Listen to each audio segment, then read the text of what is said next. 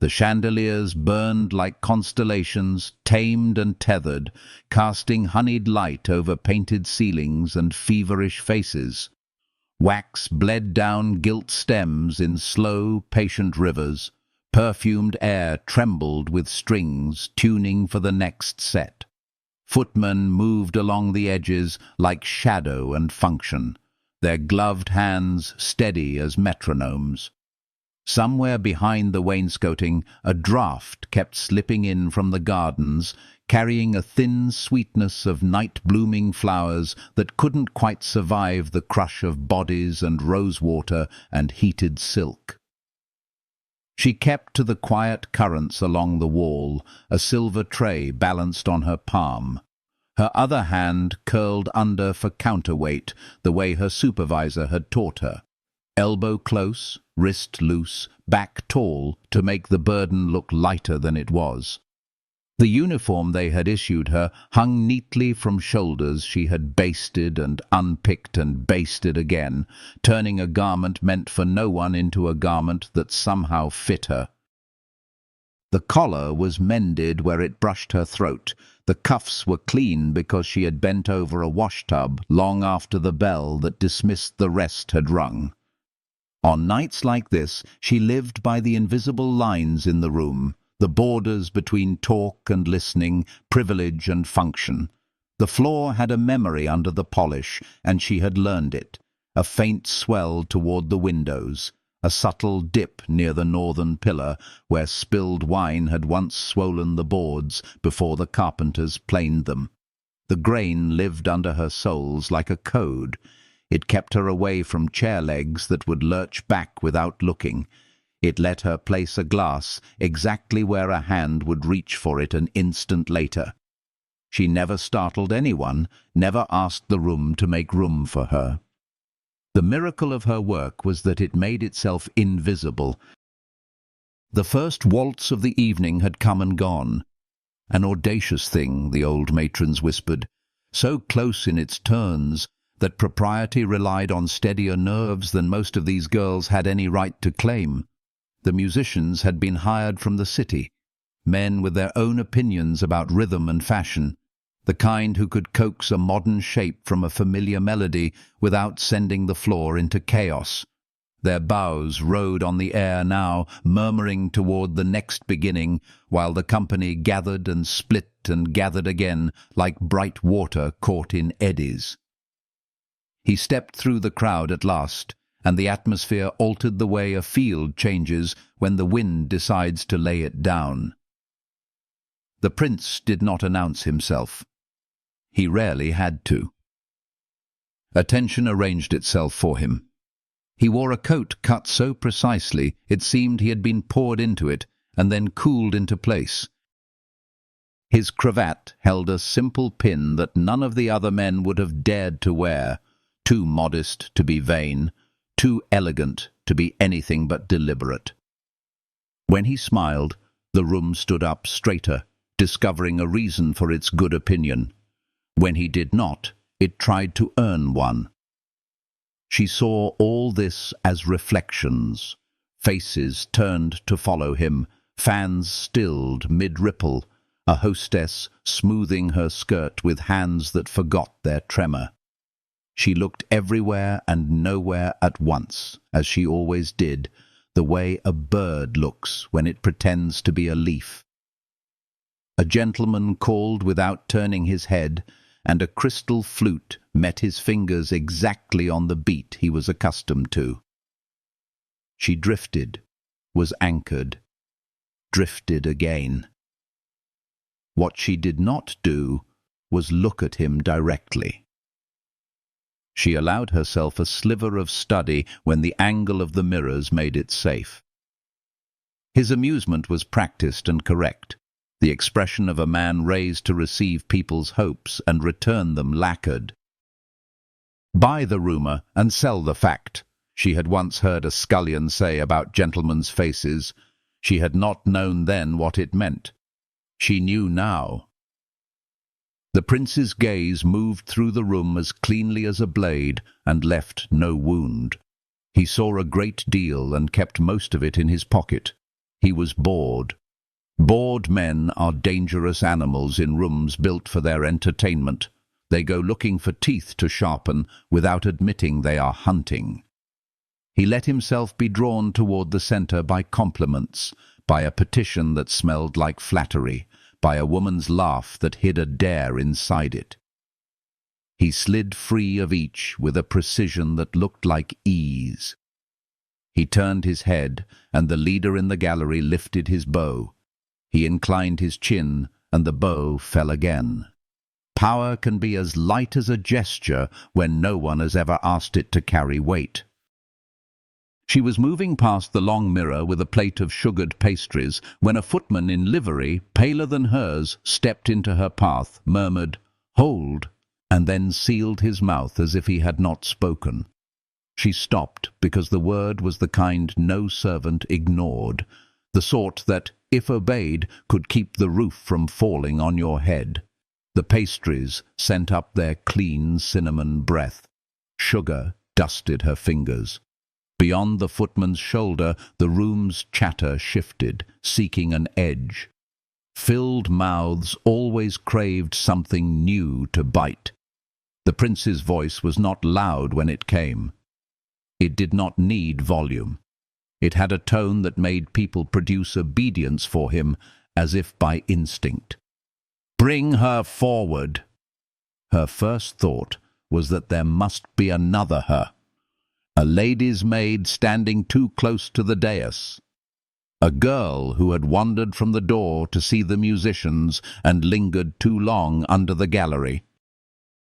The footman's head did not turn, and then it did, and it was turning toward her, the person who had been taught not to exist, and his glove made a small, careful beckoning that had more apology in it than any servant ever offered aloud on a night like this. She inhaled. She set the pastries down, because that was what hands do when the rest of you is unprepared to move. Plate, cloth, breath, sequence. She felt the sting where sugar had roughened her skin.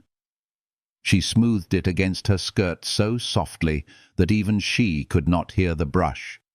Faces opened like flowers, turned toward a path of light no one could see. She was a ripple in that brightness, carried as if on invisible arms. The seam hidden beneath her cuff itched where old thread scratched. The itch kept her from swaying. The floor had been waxed with a zeal that made it treacherous. She stepped as she always stepped, heel, ball, toe, without making a sound. The tray behind her jingled its faint, nervous music, and then went silent when someone stilled it with a palm. He stood inside the circle he created by standing anywhere. He did not extend his hand yet. He was the kind of man who knew the accuracy of timing, how to let quiet grow tall and then cut it at the height where it made a better spectacle. That alone told her what this was. Not anger, not discipline, not a rebuke in public dressed up as banter. It was a performance, and she had been cast. The kindest thing she could do for her own survival was to remember that she was not the audience, and that to perform badly would be to give the room the meal it wanted. Her supervisor had once told her, drying spoons in the steam of an undersized kettle, that a servant's truest safety was in completing an expected action without making the person who expected it aware that they had expected anything at all. "Make them think the world just tipped into place under their hand," the woman had said, rubbing a spoon until it returned her face to itself in warped miniature. "If they think they did it, they will forget to hurt you for doing it." The trouble in the ballroom was that the expected action was not clear. She stopped at what protocol required. 2 steps from his boots, eyes down to his cravat, and no higher, hands together at her waist. She felt the heat gather along her forearms where candlelight met skin through thin cloth. Restlessness shuddered across the company. It touched her like warm water, everywhere and nowhere at once. She kept her breathing plain and steady, the kind you use when you are climbing with weight on your back. "I am told," he said lightly, "that this house has hired the finest musicians in the city." A murmur of appreciation rolled and returned, because people are grateful for any excuse to approve of something they have already purchased. The leader in the gallery bowed his head without lowering his bow. The prince's mouth held a smile the room could read as magnanimous. "It would be a pity," he went on, "to waste them on the predictable." A lady who had indulged in too much confidence laughed too loudly, then hid it behind her fan. A gentleman looked at the gentleman nearest him to be sure they were wearing the same expression. The prince turned his head until his gaze fell on her. Not through her, not past her, not with that princely remoteness that is meant to stand in for kindness, but on her. Recognition without intimacy, interest without ownership. The look was practiced and carefully measured, she thought in a detached sliver of mind, the way the pastry cook measures spice with the back of a knife. "You," he said. The word was not unkind, and it still pressed. She kept her eyes on the safe place just below his chin. The muscles along her spine drew themselves tall, because the body knows how to protect dignity long after the mind has been convinced it does not have any left to protect. "I have a notion." He turned slightly, so the sentence belonged as much to the room as to her. "If you can waltz to what they play next, only this once, nothing worse, I shall make you my bride." The words were a pebble dropped into a bright lake. The first rings were silence, stunned and almost sweet. Then the laughter broke open, ricocheting off gilded pilasters and mirrored panels, becoming something bigger and safer than anyone's private malice could be. People are relieved when they are told how to feel. It absolves them from finding an honest emotion of their own. She did not move. She did not even flinch. Flinching would feed them.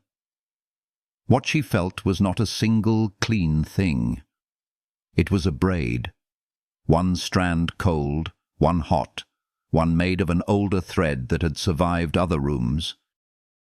If she refused, her refusal would be made into a better joke than his challenge had been. If she accepted and stumbled, she would have offered herself to their appetite with her own hands. If she accepted and did not stumble, she would be memorable, and the world loves to punish a servant for being remembered. He held out his hand, generous and casual, as if offering a ribbon to a child he might drop at a whim. She saw, beneath the practiced ease, calluses where a rider's reins live. The detail confounded something in her that had hoped to despise him wholly. He was not a man without friction. He was a man who had grown used to the world smoothing it for him. "Come," he said, in the tone a person uses for a tame creature they are about to ask to do a trick. She could say no. The word sat in her mouth like a seed that would sprout and fill her throat if she watered it with breath. No was proper and survivable and would bruise for weeks. Yes was improper and likely lethal to anything quiet in her that had managed to survive. Once, in a colder house where winter found its way through the mortar and made the spoons bite your fingers in the morning, she had learned to move to music without tripping over her own hope. A laundress whose sister had danced in her village before the harvest took both their brothers, touched her by the elbows in the narrow space between the wash-mangle and the drying line, and showed her where to put a foot so that a turn didn't steal your wind. It had been an act of kindness and contraband, something that didn't belong to them and therefore felt like a crime. She had folded that memory away, because folding things away was how you kept them from being broken by hands that didn't know their value. The memory opened now like a drawer she had been afraid to touch. Music is a kind of order, and order can be a rope. She lifted her chin a little. Not much. Enough to change the story she was telling her own ribs. Those nearest thought she was about to decline. She let them think it for the length of a breath, and then reached forward the smallest distance, not to the hand he held, no, not yet, but to the space his gesture made. The room inhaled. The leader in the gallery smiled into his strings as if he had witnessed good manners from the universe. She met his fingers at last, her palm dry because fear had burned off anything that would make a mark. His hand was warm. He did not close on hers. He allowed their knuckles to find the shape the dance would require, the formality that turns proximity into something less dangerous than it is. His other hand hovered a heartbeat before it took its place at her side. Not a pressure, not a claim. A contact that was almost professional and therefore more intimate than it had any right to be. The music did not begin. He had not given it permission. He was in love with the stage he had set and unwilling to begin the play until he had heard the entire audience confess that they were prepared to enjoy it. She felt suddenly like someone who had been forced to the edge of a pond and asked to step onto the water. She also felt, inexplicably, like someone standing at the door of a warm room whose fire belonged to someone else and deciding to open it anyway. Her eyes never met his. She kept her gaze on safety, the hollow where neck becomes shoulder. The scent there was clean and expensive, not strong. She told her breath to take its time, and when it obeyed, the world grew less shined and more legible. Boards, skirts, chair legs, fans, the low rail of the musicians' gallery, the broken line where a candlestick had been repaired and left a faint, imperfect seam. It was all there, and it had always been there, and would continue to be there when the laughter died. "Play," he said at last, but he spoke to the room instead of the band. She did not know if her heart sped or the music did when it came. The first measure slid like silk under a piece of glass. The second found a firmer footing. On the third, because that is where a waltz tells you what it intends to do, she turned. It was not a grand turn. It was not the dazzling ornament that steals applause from your next breath. It was a simple assertion of time. Step, glide, gather. The sort of movement that honors the measure like a promise kept. It kept her skirt from licking at his boots and became the first true thing in the evening.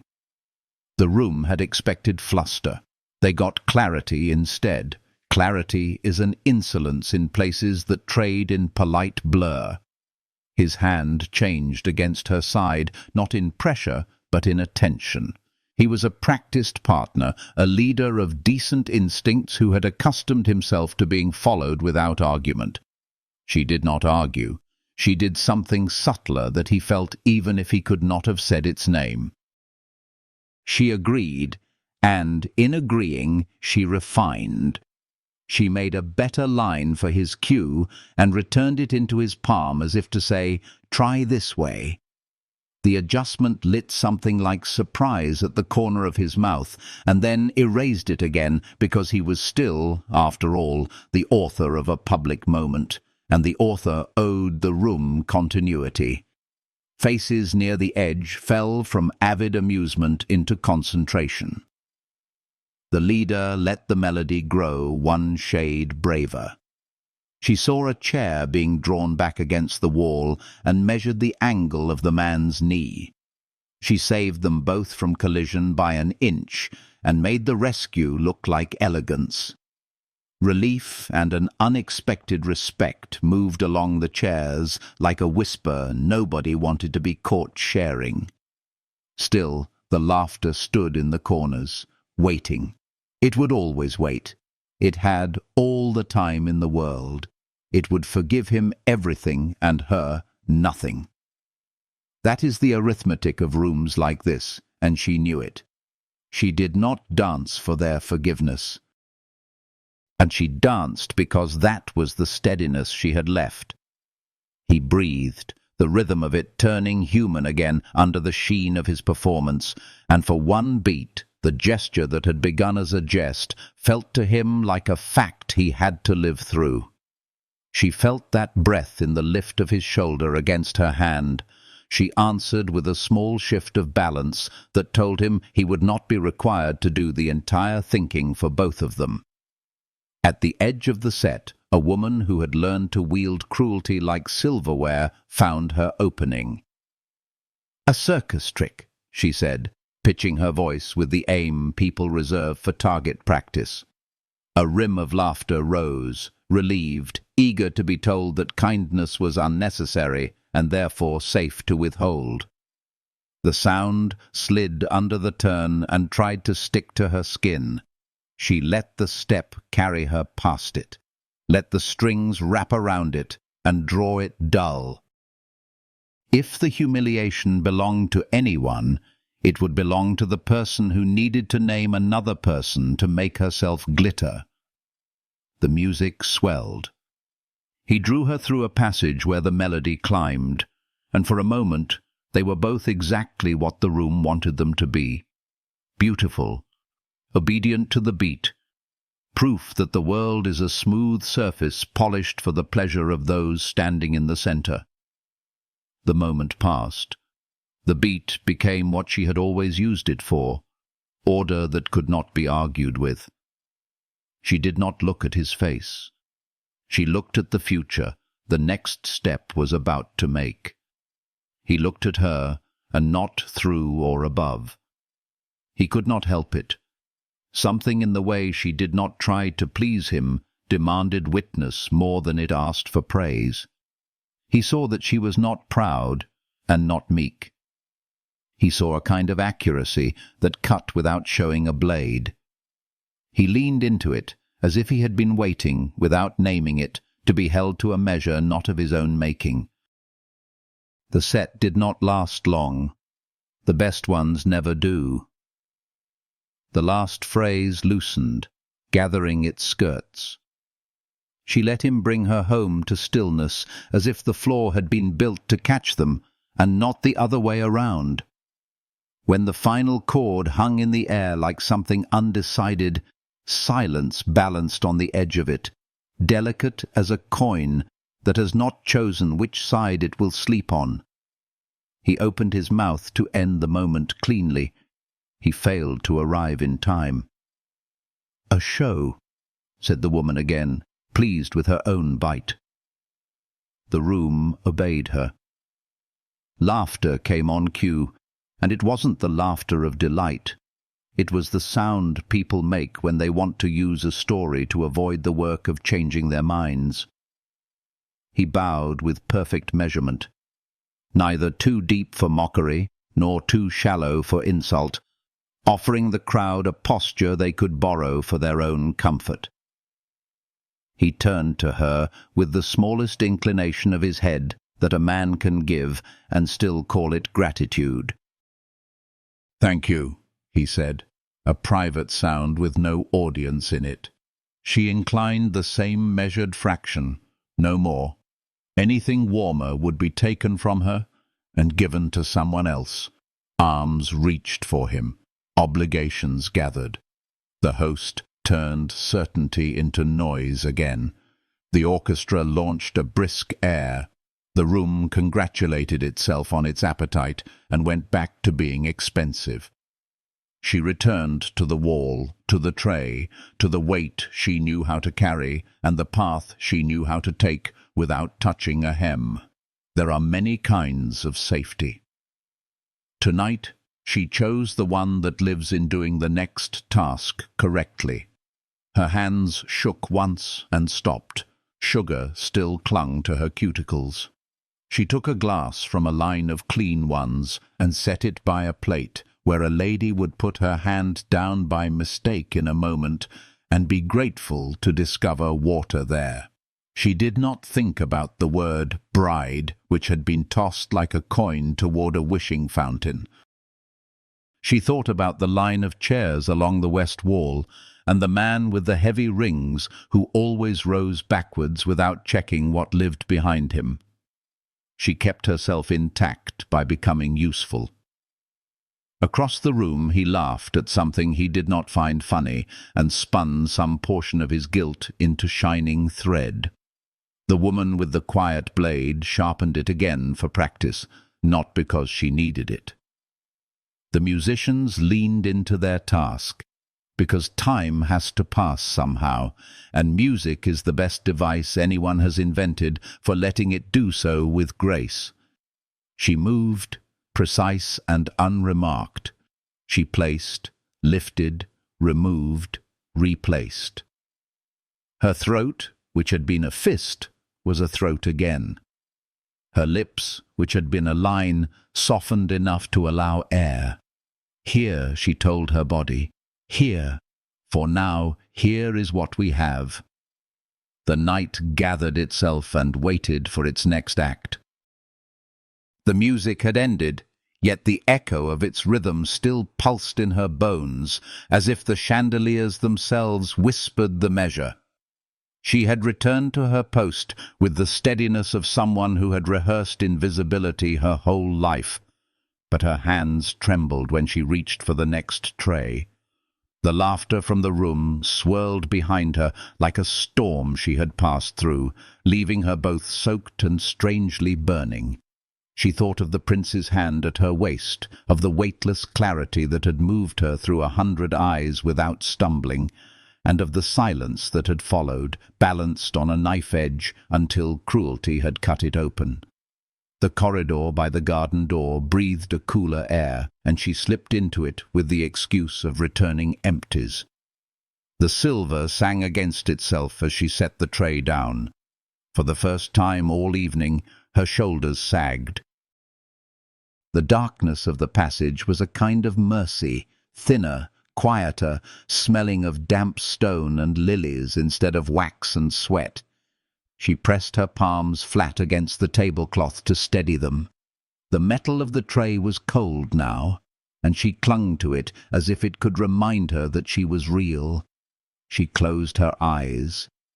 For one single breath, she allowed herself to feel the enormity of what had happened. She had been seen, not as a servant slipping from shadow to shadow, but as a woman carrying fire in her blood and grace in her steps. The danger of that realization frightened her more than the prince's jest. To be visible is to be vulnerable, and yet she had tasted the space that visibility opened, and she could not untaste it. When she opened her eyes, he was there. The prince had followed, though not in the obvious way of a man chasing his own spectacle. He stood at a distance that was almost gentle, not close enough to trap her, not far enough to deny what he had come for. His gloves dangled in one hand, turning slowly between his fingers. He did not wear his usual expression of practiced amusement. The mask had slipped, and in its place was something rawer, quieter. "It is cooler here," he said, as if the night air had arranged itself for his comfort. "It is," she answered, voice level. "You did not stumble." "I was careful. That is not the word I would use." His gaze lingered on her, heavy, but not cruel. True. That is the word. Silence held them, not the suffocating silence of a hall waiting to laugh, but the silence of a corridor where two lives had crossed into an unexpected place. She wanted to speak, to break the weight of it, but her tongue felt thick. She traced the rim of the tray with her fingertips, letting the cold keep her steady. "You should not have been brought to the floor," he said finally. "I was summoned." "I know. I summoned you." His admission landed between them like glass cracking. He turned the glove in his hand again, slowly, as though searching for words to stitch the break. "I would take it back." Then, softer, almost to himself, "Not all of it." Her breath caught. "Which part would you keep?" He looked at her properly then, in the dim light that made honesty easier. His voice dropped to something that was less a prince's pronouncement and more a man's confession. "The turn." The corridor seemed narrower with that word in it, as if walls leaned closer to hear. She felt heat rush to her face and turned away before he could see. The turn, simple, inevitable, unadorned, had become a memory for him, as it had for her, and memories, once shared, have the dangerous habit of growing roots. "They will talk," he said. "They already do. They will tire of it. They will not if it is fed. Then we will not feed them." The word we sent a tremor through her. We, as if they stood on the same side of something, as if his jest had tethered them to the same rope, whether they wished it or not. She did not trust the word, yet she could not push it away. "You are precise," he said, studying her face as though reading a script written there. "Precision keeps a flaw from becoming a hazard," she replied, "and a life the same." He took a step closer, not enough to frighten her, but enough to make the air grow warmer between them. His voice lowered, private in a way that startled her. "I did not intend—" He stopped, searching. "I intended only to give them what they wanted. I did not think beyond that." "I did," she said. The words were not a rebuke, yet they cut him as one. Because she had always had to think beyond. Because he had the privilege of jest, and she bore the cost. He absorbed the truth without defense. For a long moment, the silence pressed again, shaped by the weight of difference between their lives. His lips parted, then closed. He did not offer promises. Perhaps for the first time in his life, he understood that a promise from him could be more dangerous than silence. "What can I do?" he asked quietly. "That is not harm." She held his gaze at last. Her answer was soft, but steady. "Do not laugh. Not at me." The glove stilled in his hand. He drew in a breath, then let it out as if laying down a weight. "I have already laughed." "Then stop!" And something in his face shifted. Not the prince, not the man of spectacle, but someone who had been told a truth he could neither deny nor disguise. He bowed his head the slightest degree, not in performance, but in recognition. A footman appeared at the end of the passage, steps careful, eyes averted. "Your Highness, you are wanted." The world snapped back into its lines. The prince looked at her once more, not daring to look too long. Then he slipped the glove back on with measured grace, and the distance between them filled again with duty and titles. She remained by the table, the tray cool under her palms, as the corridor swallowed his retreat. The silence that followed was no longer mercy, but suspension, a sharp-edged quiet that whispered of consequences yet to come. And though she steadied her hands, though she lifted the tray and walked back toward the roar of light and music, she knew nothing would ever be the same. By morning, the ballroom had been stripped of its dazzle and left with the ordinary fatigue of a place that had hosted other people's happiness. The waxy ghosts of last night's candles ringed the mantels like melted crowns. The polished floor, dull in the grey, held footprints as faint as afterthoughts. She crossed this quieter kingdom with a broom, her skirts pinned up, her hair braided in a rope that lay between her shoulders and the day's labour. The broom's bristles whispered. Her body answered in small economies: bend, sweep, gather, lift.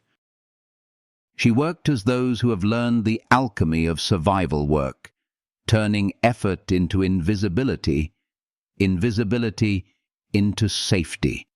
The world likes to believe a night spectacle evaporates at dawn. It doesn't.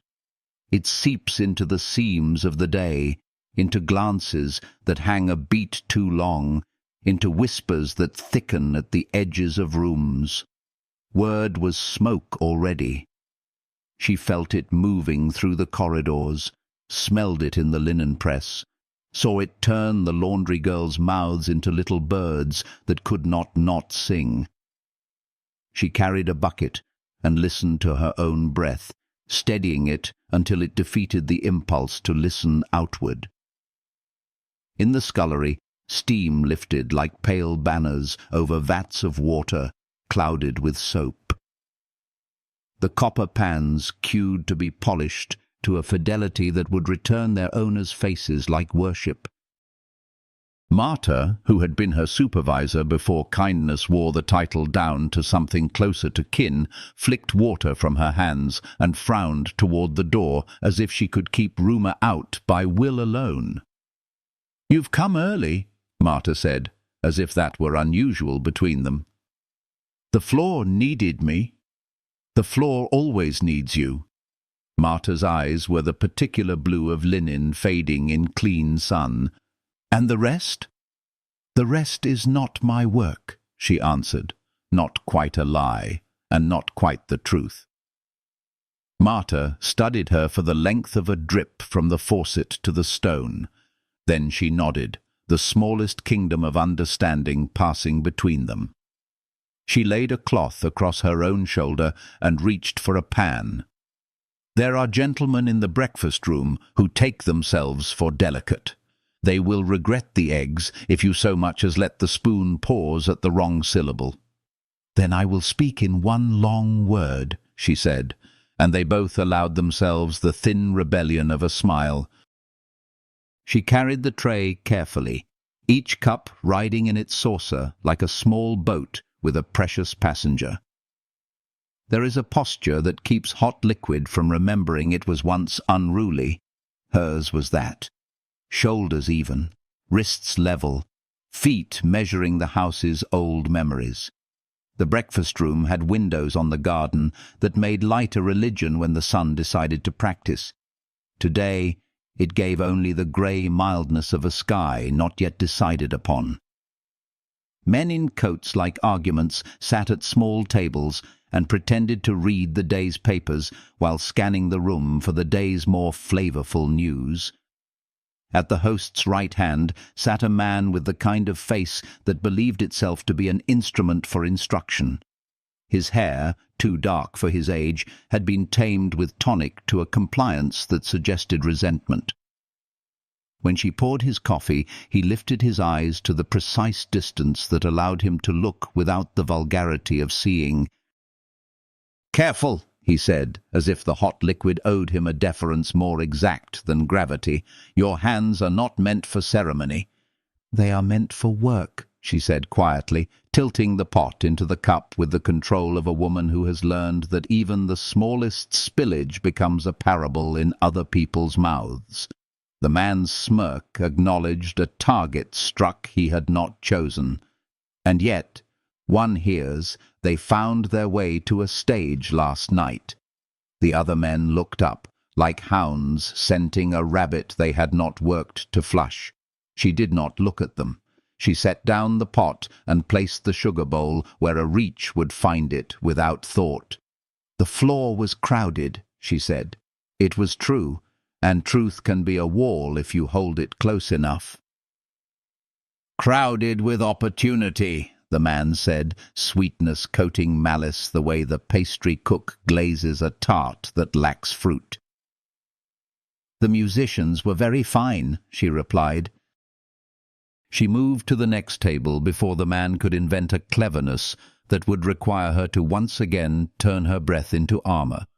Beyond the polite fencing of the breakfast room, the day unrolled itself. Linen to the press, bread to the ovens. A parcel from a city dressmaker arrived, its paper folded with pride in geometry, its twine an argument for straight lines. She carried it to the lady-in-waiting, whose admiration for pleats was a more faithful devotion than her marriage, and stood quiet while the woman peeled back paper as if unveiling a religious relic. The silk beneath was milk-pale, too unkind for candlelight, but perfect for morning calls meant to look unstudied. The woman cooed. The silk did not care. Silks never do.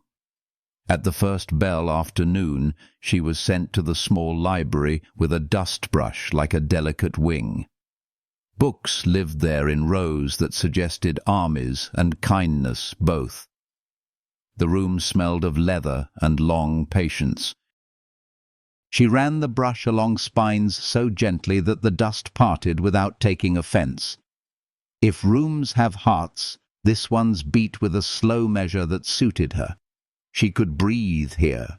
She could imagine a world in which learning was not a privilege disguised as ornament. He found her there, not in the orchestrated way of last night, no witnesses, no curated frame, only a man at the threshold of a quiet, held in place by the recognition of something unexpected. He had left his coat somewhere. The shirt sleeves made him look younger or else more truthful.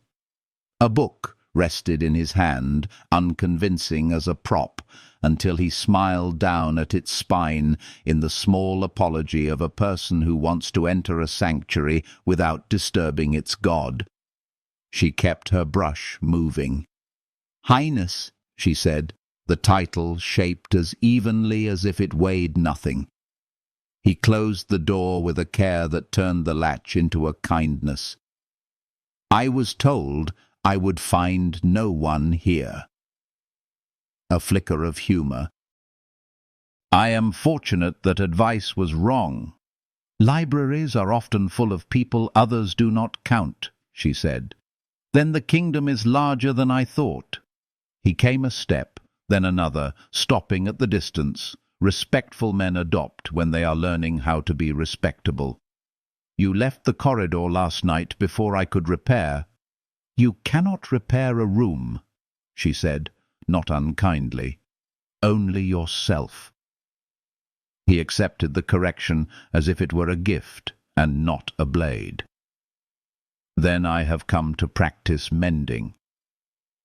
Practice is for things it is not dangerous to fail.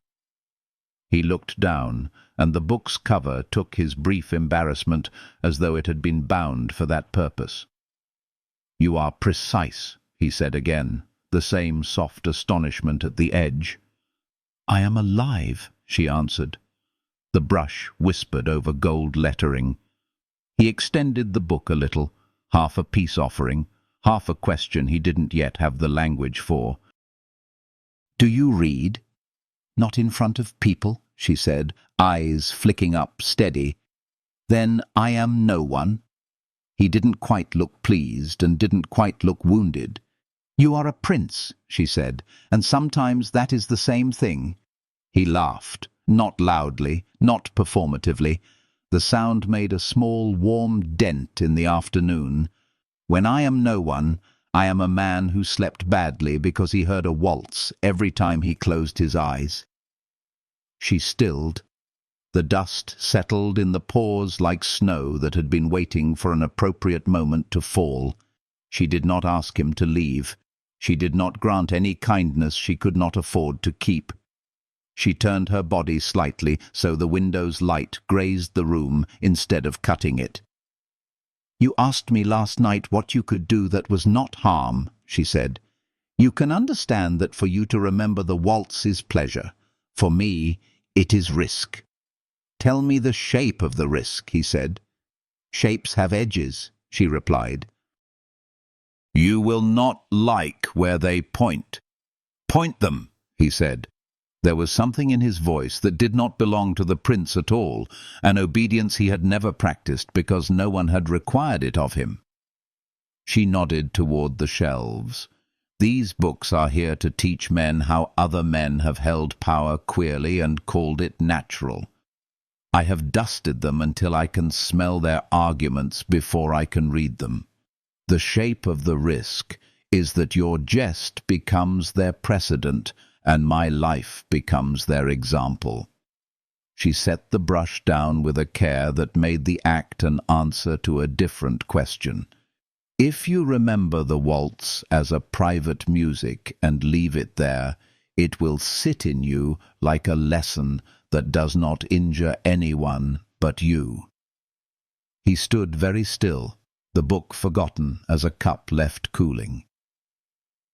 And if I cannot leave it, he said, and the quiet in the phrase was not indulgence but inquiry, as if he had discovered his own limitations and was embarrassed to name them in decent light. Then you must carry it where it belongs, to the place in you that refuses spectacle. She could hear Marta's breath across years, the teaching that had made her nimble. Make no promise, take no prize, instruct no room. Let it instruct you. He put the book down between them on the table, not as a barrier, but as a sign of attention. I was not taught to be instructed by anything that cannot be polished and displayed. I know, she said, gentler than she meant to be. Rooms like last night's were built as a curriculum. I can learn, he answered, and he sounded surprised by the truth in his own mouth. There was a knock, light, apologetic. He stepped back, and the distance grew its old armor. A private secretary slid into the doorway, bow as practiced as breath. Your Highness, the council has altered the hour. Of course, the prince said, and the library remembered it was a part of a palace. He nodded to her, the kind of nod that admits a reality larger than office, and left with the book still on the table like a confession he had not had time to make. In the days that followed, the house learned its new pattern and pretended it had always been that way. The newspapers took the story the ballroom handed them and shook it until it dusted their pages with glitter. They printed an account of a prince's magnanimity and a girl's impudence without getting either right. Portraits sketched in speed found their way into shop windows, the girl rendered as a faceless silhouette that could injure no one because she did not exist enough to be harmed. She crossed the market square once and caught sight of a caricature that made the prince's hand twice its size and her waist half its truth. She kept walking because distance is sometimes the first medicine. Inside, the palace rearranged its small, potent things.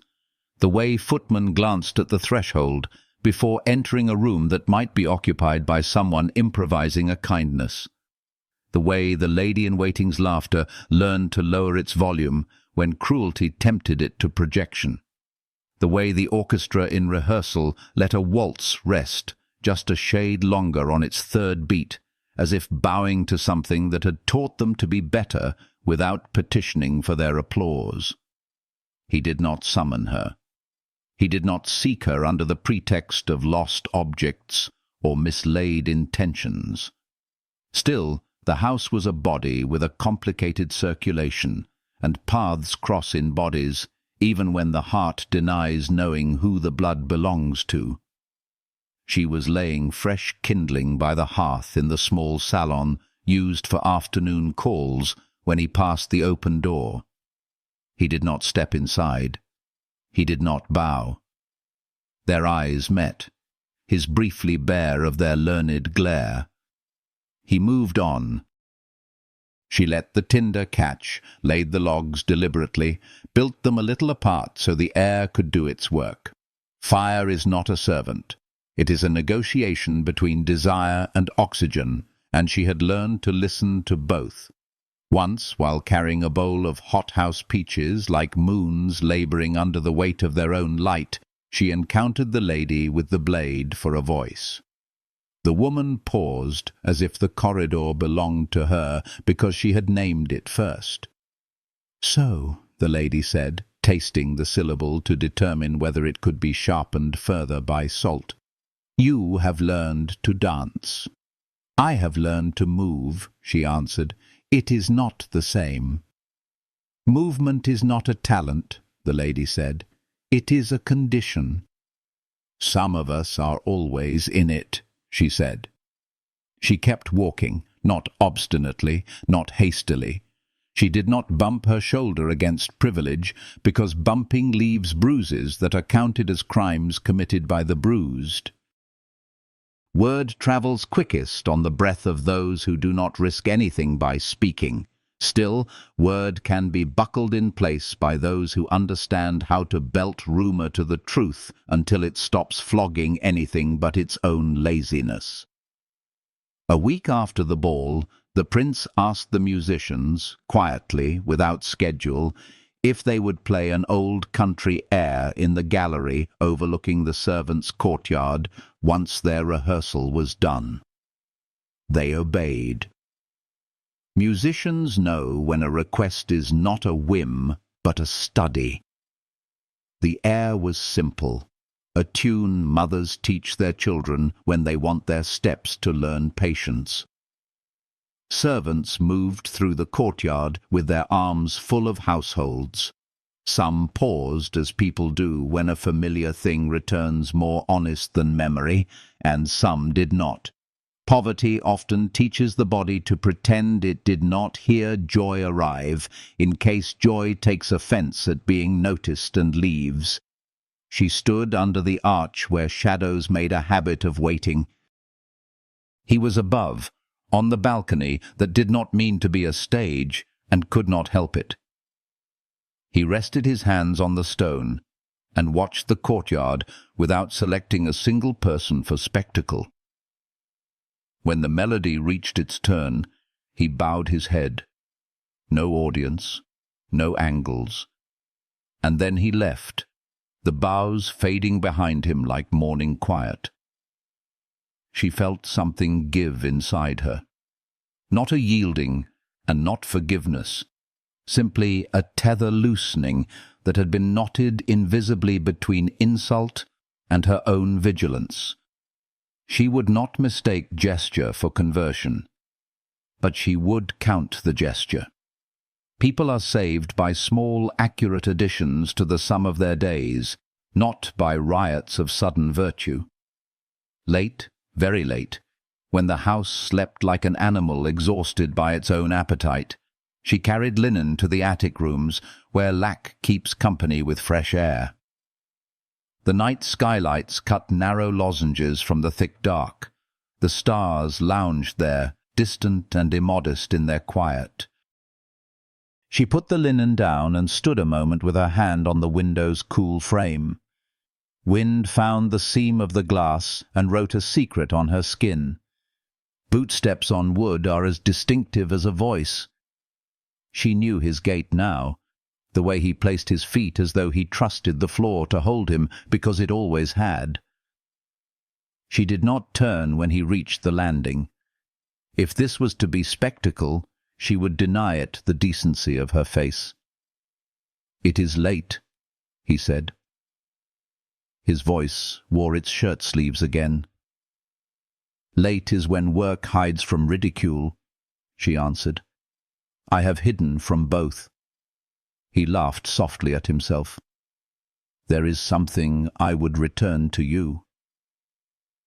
"I own very little," she said. "You own this," he answered. He did not step closer, but the air learned him anyway. "Last night at the balcony, I held still. It wasn't a lesson anyone gave me. I believed stillness was for statues and men who profit from being thought thoughtful. I was wrong. I did not invent it. I am returning it to you because you taught it to me, and I have seen how theft of instruction becomes injury." She looked then, not at his face first, but at his hands, empty, unadorned, palm lines honest. He had brought nothing she could hold except words. She might not have taken them, but there, in the angular peace of the house asleep, they made a shape that could be useful without becoming a debt. "Keep the stillness," she said, gentler. "Return me something else." "What?" He sounded young and not at all princely. "The quiet on your face," she answered, surprising them both. "When nobody is watching, let it happen without hurrying to make it handsome. You return it to me by practicing it where I cannot be harmed by it." He nodded.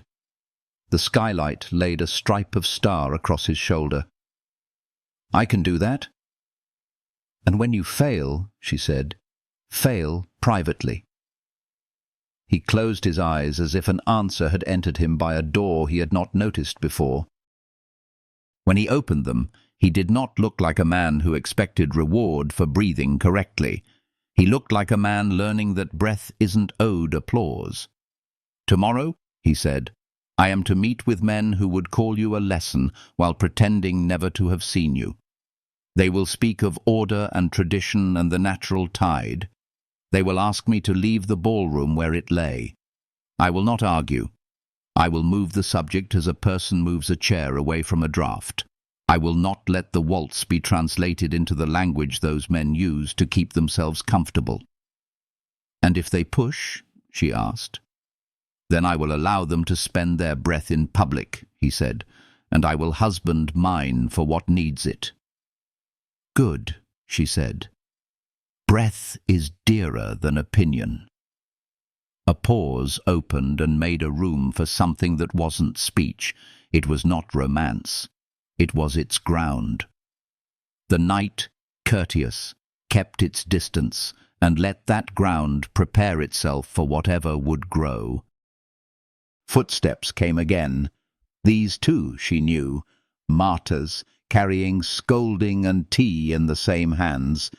The prince stepped back without drama, the darkness receiving him like a promise no longer in need of words. He inclined his head, no performance, and went down the stairs, the sound of him decreasing until the house was only house again. Marta reached the landing and took in the scene with a slice of eye that could unspool a lie at 100 paces. "You are awake," she said. "Work is," she replied. Marta handed her a small cup, the pottery plain and the tea inside it richer than the china in the breakfast room. "Drink," the older woman said, "and don't choke on dignity. It's as dry as biscuit when you eat it without water." She drank. The heat moved through her and unfolded something that had been clenched since the first strain of last night's waltz. Marta set her palm to the back of her head, briefly, like a blessing disguised as practicality. "They will make a story of you," Marta said, eyes on the window star. "Let them. Just don't make one of yourself for them." "I don't know how," she confessed. "You do," Marta said. "I saw you carry a tray through a laugh without spilling a drop." When Marta left, she finished the folding alone. The white rectangles on the table looked like the beginnings of letters that no one would write. She stacked them with the accuracy that had saved her more often than luck. At the window, the sky loosened its darkness by a single shade, the hour where tomorrow's face considers itself in a mirror and decides to keep being morning. She imagined a life where she left this house, the way a story might let a character step down from the page and move through air that wasn't ornamented for someone else. She saw herself at a threshold with a sky less embroidered, a road less concerned with whether its mud would stain a prince's boot. She did not cling to the image. She placed it beside the folded linen, the way one puts aside a dress that doesn't yet fit. It would wait. The day that followed came like days do, honest, repetitive, full of small decisions that accumulate and become a person. He passed her twice and did not speak. Once he left a room as she came in and did not turn his head. At supper she heard the orchestra try the country air again and caught only its ending. Endings tell you if a piece has learned grace in its going. This one had. In the stables, at an hour when the dusk makes all creatures briefly believe they are wild, she took apples to the grooms and rubbed a mare's chalk-soft nose. Power lives in animals without ambition. Horses allow it to exist without vanity. The mare pressed her breath into her palm, and forgiveness she had not asked for went up her arm like warmth. She laughed into the animal's mane and felt some knot loosen there as well. Night returned, as it always does. The palace put on its lamps and therefore its intentions. She lit the candles in the long gallery one by one, small vertical suns propped against the evening. When she reached the last, she stopped. The gallery's silence wore expensive shoes. Even quiets learn the habits of their owners. He was there, but not at one end or the other. He stood by a window, his reflection a pale echo in the glass, the lamps burning behind his shoulder like borrowed constellations. "I find I can stand in rooms without being seen," he said, and for once his tone did not make the practice sound like a trick. She held the taper loosely. "It is a skill. It is a relief," he said. "Today I did not argue. I listened until the words turned to steam and rose toward the ceiling, and left the men who had made them a little wetter, but not cleaner." "And the waltz?" she asked. "It walked with me," he said, "but it did not ask for an audience." She nodded. In the window's faint reflection, their two bodies were a geometry that did not petition for approval, lines that met and did not need to kiss to justify their angle. There is a way of standing near someone that writes a slow language under the skin. They learned a sentence then, and it stayed. Down the hall, a sound like laughter remembered itself and hurried to the mouth that would own it. She blew out the taper, and the last candle flamed into its finished brightness. The evening leaned into its work. In her narrow room under the eaves, she unpinned her hair and let it fall like a curtain between today and the next. The braid made a line across her palm, and she thought of lines, on maps, on faces, on pages, in dances, on floors, between one rank and another, lines that bound and lines that taught steps. She lay down. The mattress was the old kind, honest about its springs, faithful in its support. She closed her eyes, and the waltz did not come. Instead, the country air did, and behind it, the hush of a balcony where a man had learned to bow to nothing at all.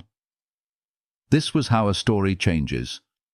Not in trumpet blasts, but in the length of a breath and the way a hand opens without asking itself if it has earned the right. Morning waited on the other side of sleep, patient, practice in its patience. When it came, it would bring eggs to poach and laces to mend, and rumours still hungry for salt. It would bring, too, a library dusted so clean that arguments could not hide behind their own cobwebs, a courtyard with music resting politely on its flagstones, a long gallery that held, in the careful angle of two reflections, the knowledge that someone had chosen stillness over applause. She slept. The house did not. Houses are the sum of the hearts inside them. This one, for the first time in its polished life, was listening. Autumn crept into the palace by the small doors first, the ones that servants used and draughts preferred. You felt it in the stone underfoot, a cooler counsel, and in the garden where late roses learned humility and the ivy took its own advice and held fast. By noon the gossip had ripened. A delegation from Wintermere, a treaty meant to quiet an old quarrel that the map kept raising like a bruise, a state supper with fat candles and thin patience, and, stacked carelessly on top of all that, the possibility of a betrothal announced in the very ballroom that still remembered the scrape of last week's laughter. She heard it the way a loom hears a shuttle, thread passing, pattern implied. She pressed napkins so sharp that even rumour would hesitate to cut its tongue on their edges. She counted knives as if the arithmetic might keep someone honest. In the pantry, Marta sorted pears with the tenderness of a woman who had survived a fruitless season. "They'll want sweetness," Marta said, "so they can pretend they're not swallowing anything hard." The orchestra began to rehearse earlier than was their custom. From the gallery above the north corridor came scales, then an old polonaise that sounded dignified enough to pass for respect. Later, a reel, uncourtly and therefore necessary for morale. Someone tried a fragment of a waltz, then stopped at the third measure as if the air itself had raised a hand and asked them to reconsider. He did not seek her. He changed his routes through the house the way a river changes its banks, slowly, by pressure more than intention. Still, there are crossings that refuse to be engineered away.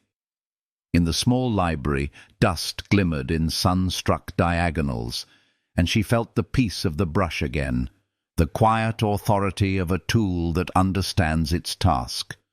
The door opened on a careful hinge. "Good afternoon," he said. He carried nothing in his hands, which made them look briefly uncertain. "I've been told a prince should arrive with a purpose. I find it an exhausting costume to wear on the inside of the body." "Libraries forgive nakedness of purpose," she said. "They dress you if you stand still long enough." "Then let me stand." He stayed in the threshold, as if wary of trespassing on a sanctuary he had not earned. A faint smile pulled at one corner of his mouth. "May I ask you a question that is neither command nor trap?" "You may ask it," she said. "Answers are a separate economy." He accepted the price. "When music is played in a room that thinks highly of itself, I hear a beat that belongs to the room and another that belongs to the players. But when you moved, there was—" He searched for a word he had not been trained to own. A beat under the beat. A cadence that refused the room without fighting it. "How?" "By listening for what is not for sale," she said. The brush skated across gilt letters. "Every measure has a private generosity. The room will instruct you to show off. The music instructs you to arrive. Most people confuse arriving with being applauded for appearing." "And the difference?" he asked. "Arrival carries you forward even when no one is watching." She turned. His attentiveness did what flattery never could. It steadied her. It is why peasants plant before dawn, and why a laundress teaches a girl to shift her weight so a turn doesn't rob her of breath. The beat under the beat belongs to breath. He took one step in. "Teach me to hear it." "Teaching is a kind of intimacy. Intimacy is a kind of hazard," she said. "I know," he said to his credit. "Choose a place that won't make either of us more vulnerable than we already are." "Dawn," she said. "The long gallery. There is a draught there that keeps secrets honest." He bowed as if accepting a treaty that mattered. "Dawn," he echoed, and left before the library could be struck by the realization that it had just witnessed diplomacy between two citizens of unequal countries. Lady Verlaine chose that same hour to begin her work. Her weapon had always been accuracy sharpened by boredom.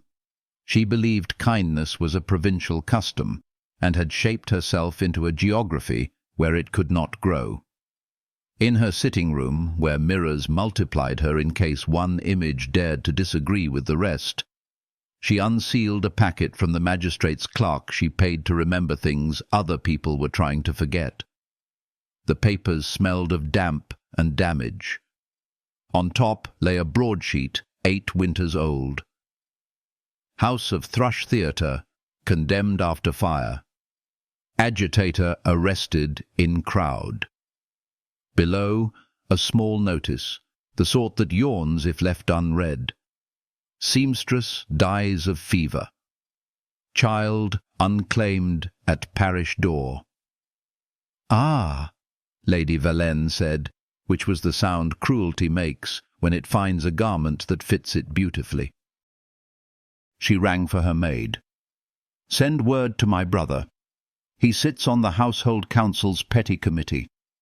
Tell him I have a story he may repeat, without the embarrassment of having to understand it." Just before dawn, the house shook off its dreams and reminded itself it was a machine. She came to the long gallery with hair braided and body awake, the taper balanced in a hand that had lit too many candles not to know their names. The sky beyond the windows wore that particular blue that makes you think of beginnings and endings as cousins. He was already there, uncharacteristically punctual in the way of men who suspect their lateness would be forgiven and do not wish to test it. "No music," he said, almost apologizing. "I thought we might begin with the absence of rehearsal." "Good," she said. She set the taper down. The gallery learned the shape of fire from her. They stood 3 paces apart. He raised his hands and then let them fall, properly ashamed of the gesture's history. "How do I start without stealing?" "You accept that the floor is not yours," she said. "You ask permission of your ankles. You pretend the world is not watching." "That last," he said, "will demand faith. Faith is a muscle. It grows by being used."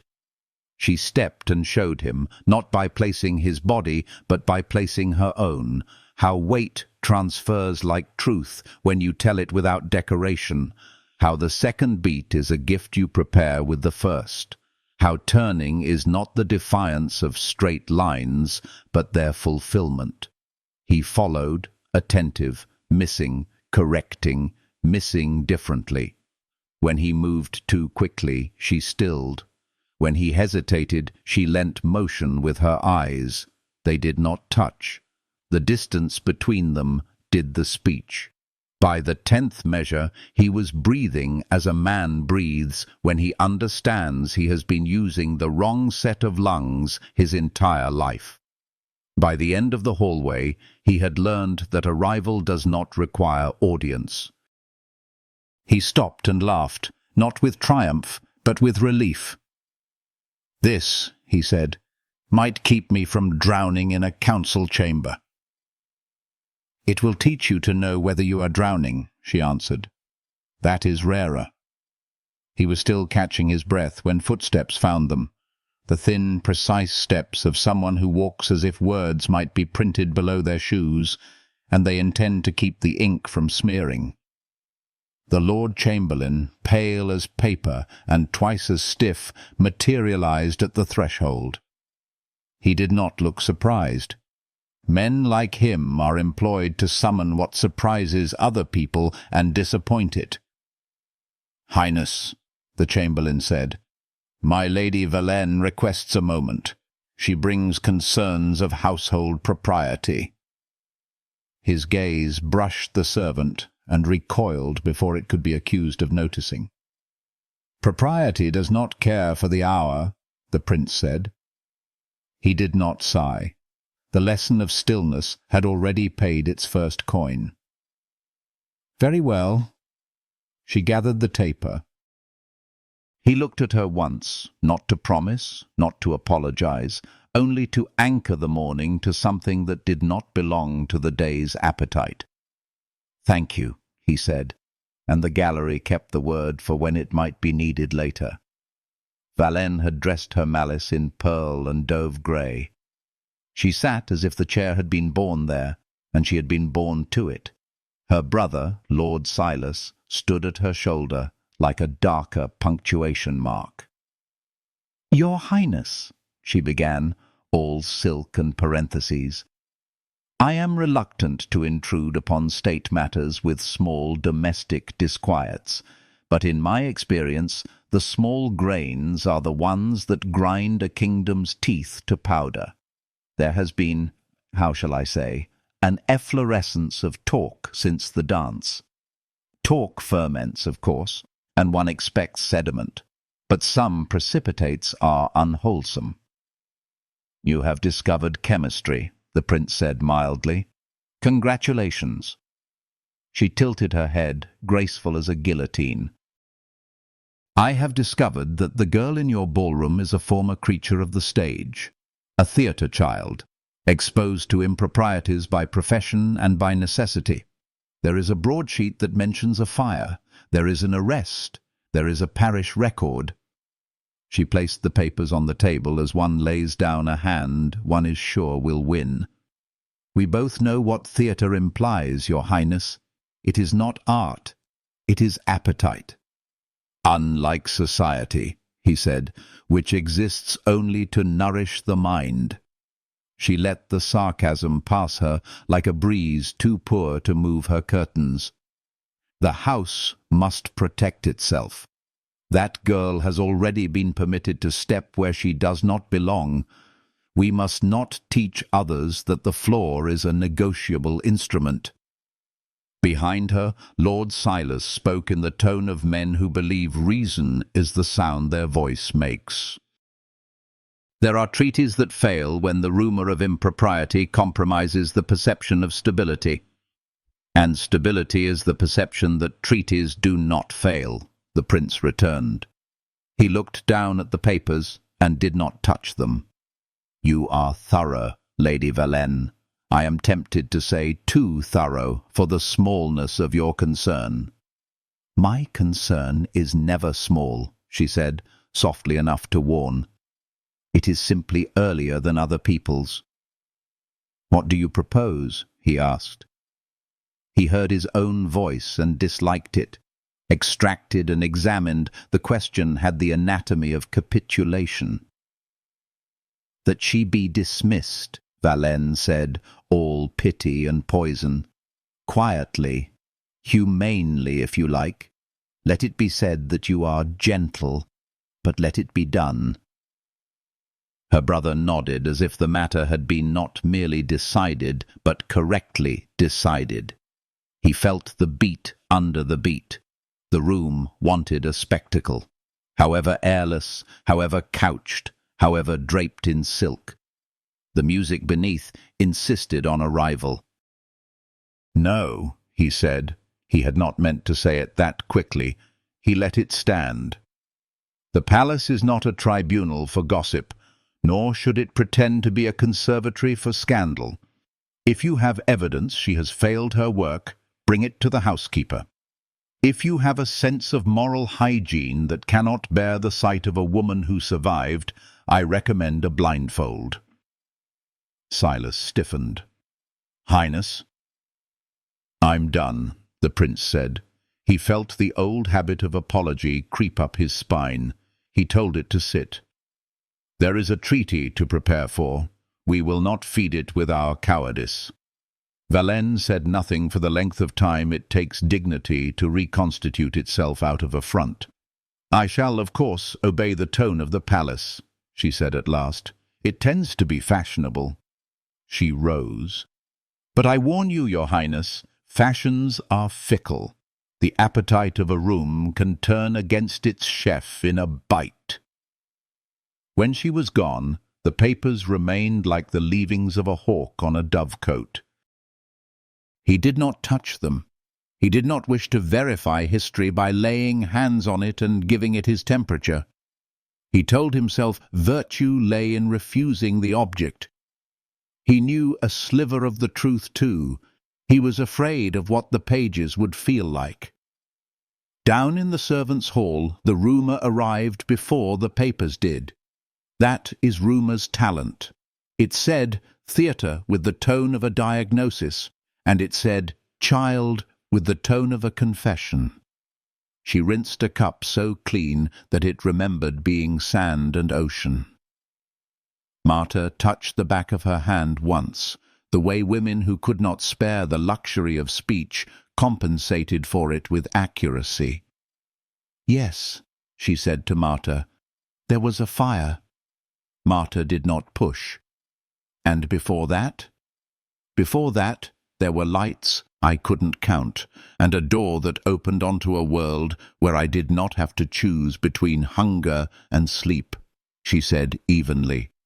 "My mother hemmed gowns for women whose laughter didn't know its own price. I learned early to move my body where men's eyes weren't looking. A violinist taught me a peasant's reel in a corner so narrow we had to take turns owning the step. And after the fire, there was a parish that knew how to number blankets but not how to name grief," she said. "There was work. There is always work." "And the agitator?" Marta asked, so softly the word had to borrow courage from silence. "My father mended clocks," she said. "When time breaks in the wrong house, the law calls the mender a thief." She dried the cup. "He didn't live long. I am told he died convinced that the world is a kind of mechanism that rewards smooth gears and punishes grit. I carry a small grit in my pocket out of respect for the flaw that proves the wheel is still turning." Marta nodded as though a ritual had been successfully completed. "Eat," she said, handing over a crust like sacrament. "Not as reward, as continuation." The day did not adjust itself to their honesty. It carried on. The Wintermere delegation arrived with fur collars and opinions about climate. The palace received them in the language it uses for strangers, ritual translated into furniture. The state supper demanded plates that remembered their ancestors' artisans, and wine that made men speak as if their tongues had just learned to be muscular. She moved through it all like a seam sewn from the inside, holding what would otherwise come apart. She caught reflections of herself in silver domes and refused to think them mirrors. The announcement the papers sat up to print did not come that night. It came the next, an engagement to be celebrated, not declared. No names, only the outline of intention. The ballroom would be reopened, its floor newly waxed into a mind that knew only obedience.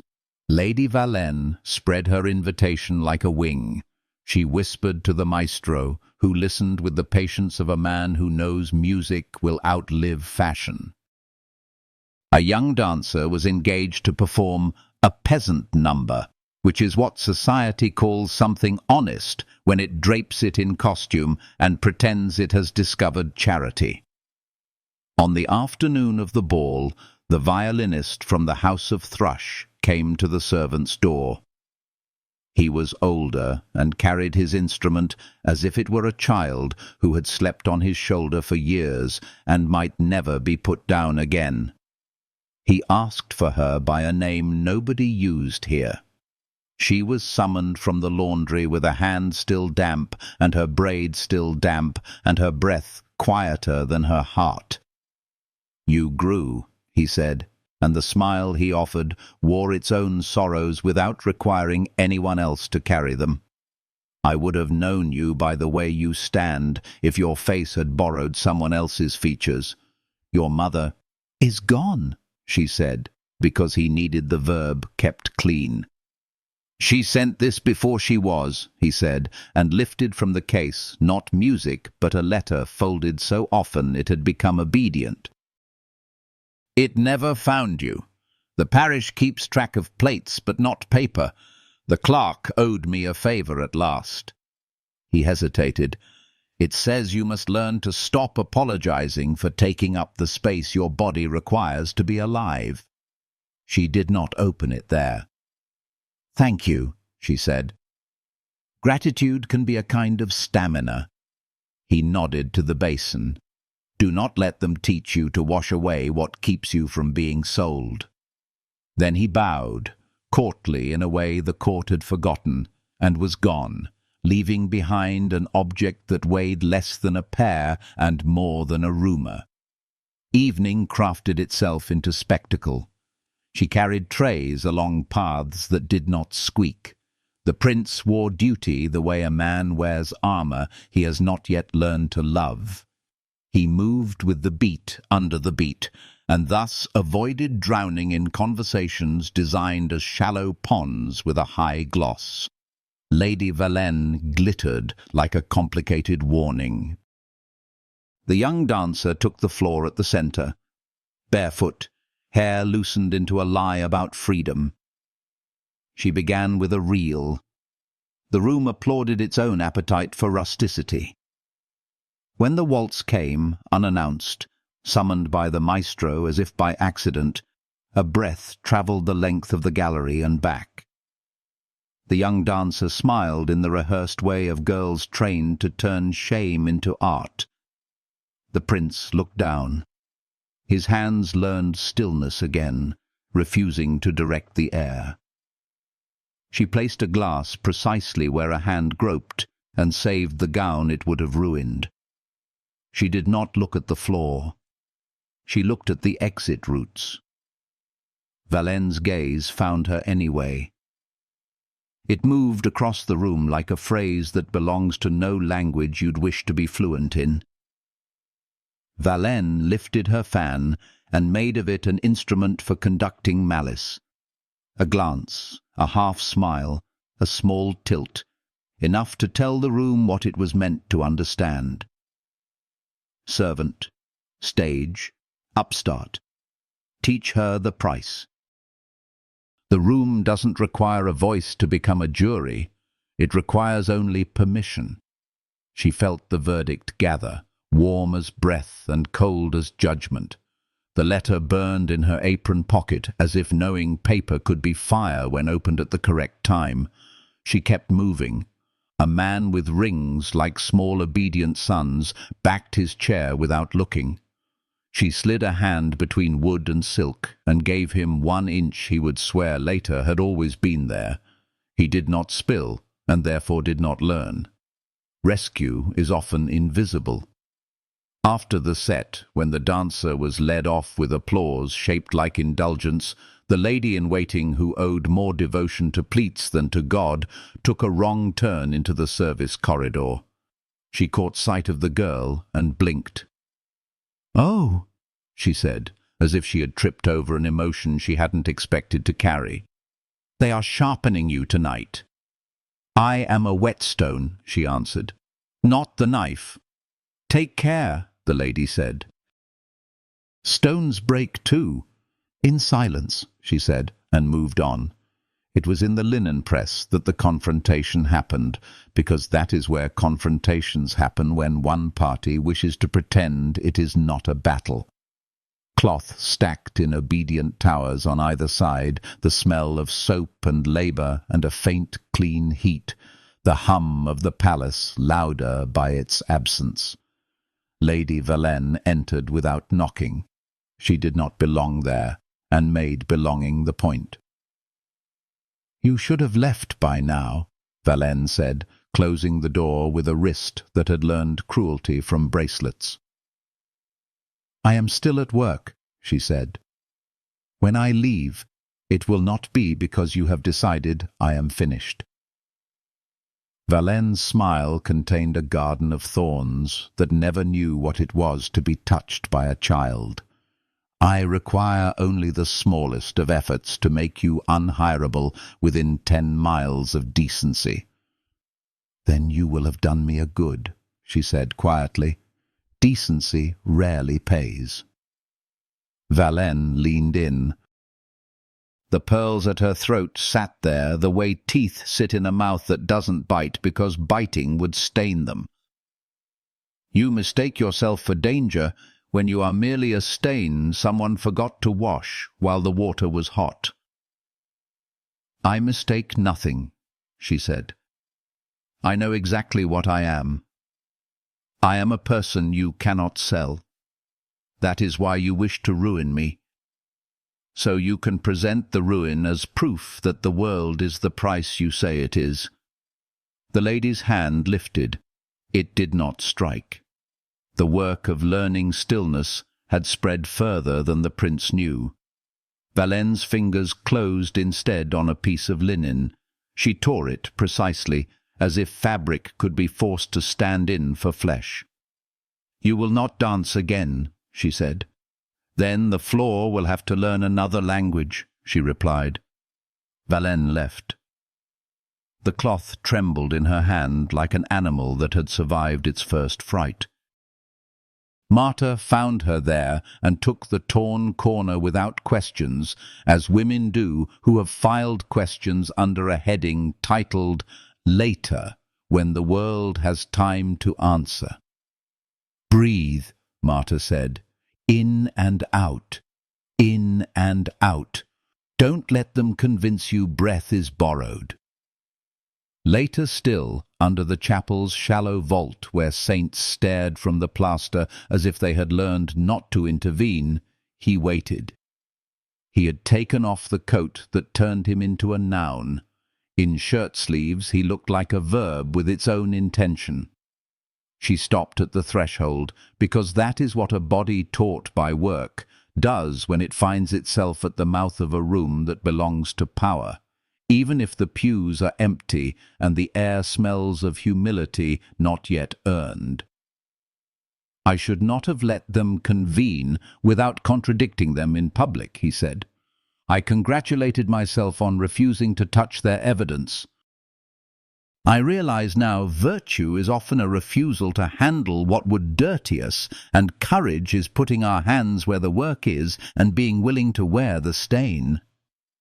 "You learned fast," she said. "I had a teacher," he answered, and finally, the gratitude in his voice did not ask to be seen. "If I invite you to dance again, it will be in a room that does not require you to pay for it with your life." "Then let the invitation be a life," she said. The words startled her with their own clarity. She had meant to say something smaller. The chapel liked them. It made room for them and their echo. He did not step forward. He did not bow. He looked at her the way a man looks at water when he has been told it will drown him if he trusts it and save him if he learns to surrender while still keeping his feet. "There will be an announcement," he said. "Not tonight. Soon. I cannot stop it without spilling more than wine." "I know," she said. "The world is not a mechanism that asks our permission to be unfair. But I can refuse the appetite that asks for you as seasoning," he said. "I can starve that." "Starve it," she said. "Feed other things." "Like what?" "Wages," she said. "Time off that is actually time. Rooms where doors have locks that answer to the hands who sleep behind them." She held his gaze, because this was the only place equal to the task. "Quiet changes. The kind rumor doesn't know how to name." "I can do that," he said. "It will be called charity. It will be charity only if it stops when the applause does." "Then do not stop," she said, "even when the music changes." He smiled once, and it wasn't the kind that could be sold. Tomorrow. The small council. I will begin with the locks. And I will begin with the torn linen, she said. We mend, or we are not kept. They stood a while, and let the chapel teach them what silence sounds like when it is being used properly. When she left, the letter in her apron pocket weighed more or less the same. She took it to her narrow bed and opened it with the care reserved for skin. Her mother's hand made the page a road. The words were ordinary, and thus unspeakably radical. Eat enough. Sleep when the floor will let you. Do not apologize for taking up the space your dancing requires. If a prince speaks to you, reply as if he were a man. If a woman of the court speaks to you, reply as if she were a woman. If a room laughs, give it nothing to chew that you would mourn. If love arrives, see where it sets its own table before you bring your chair. She slept with the letter under her pillow and woke with the taste of soft resolve on her tongue. Morning came and found her at it already, mending, counting, refusing to let rescue become romance when the house still needed water boiled. The prince went to the council and said locks as if he had invented the word, and wages as if he had discovered arithmetic. Some men rolled their eyes upward to ask whether God approved. He did not consult the ceiling. He consulted the beat under the beat. The treaty did not sign itself. It required signatures from hands that had learned to write without trembling. The engagement did not announce itself. It required a sentence arranged to do the least harm it could while still doing harm. The palace learned to live with both without choking on either. In the kitchen, Marta tasted the soup and added salt. In the gallery, the musicians practiced endings that did not congratulate themselves. In the stables, the mare breathed apple into a palm that had learned gentleness a long time before it learned glamour.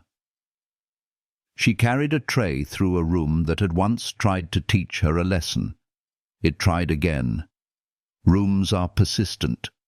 She was more so.